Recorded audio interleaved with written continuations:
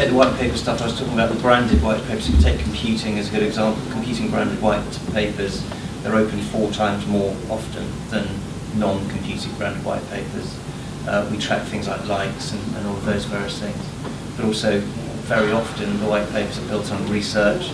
So actually, we sort of see the fact that audience is sort of engaged in endorsing the research, if you like. They're helping contribute the content, then they're reading the content, and then they're sharing the content with their colleagues. We would say it's a higher value endorsement, but it's maybe not a soundbite.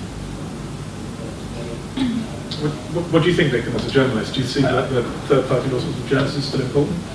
Sorry, the third-party endorsement, the fact that journalists is writing something, it's of value. Yeah, I mean, people aren't stupid. They can see what's what, but you should always label it. In terms of how does it do in terms of, I think it all depends. It varies tremendously. It depends on how well it's done, what the subject is. There's too many variables really to generalise about that. I'm sure we've all covered something in our magazines where we just thought, why did we agree to do this?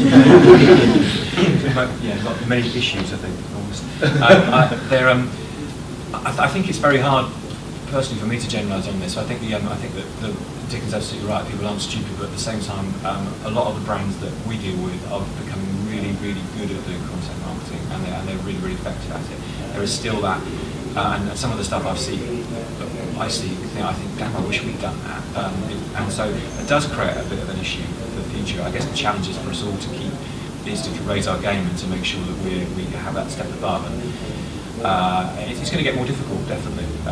But I do think that people will consume vendor-produced content more readily, but they will, at the back of their minds, know that objectivity is less than it would have been if it was originated from a brand.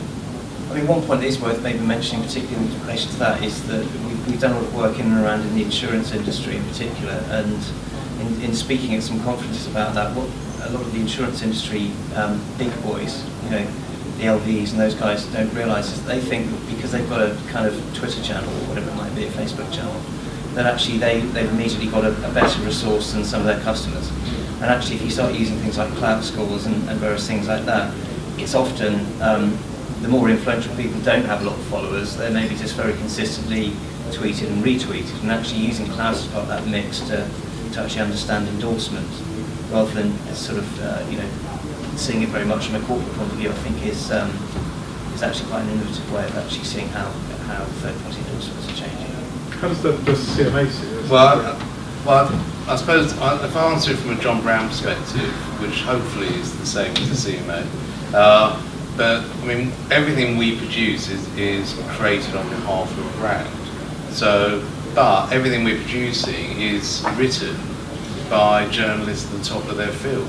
So the very editors and journalists that we're actually employing. So if you take the Waitrose magazine, which is a good example, so William Sitwell, who's the editor of the magazine, is arguably one of the best food editors in the world. I'd struggle, there's 2 or 3 others, but not very many in terms of food editors who could actually edit that magazine.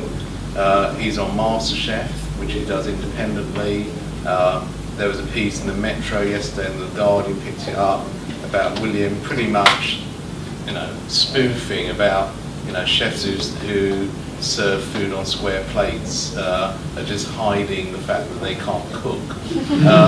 And it got picked up by everywhere. So I don't know where that fits with. Now, the only reason the Metro and the Guardian picked it up was because it was written by William. So there's a big picture. I didn't actually see the Metro, but I was sent the link to it, and I think it says something like MasterChef toffs, won't let you have a square meal or something like that. So the fact that they refer to as MasterChef, he was quoted as the editor of Waitrose Kitchen.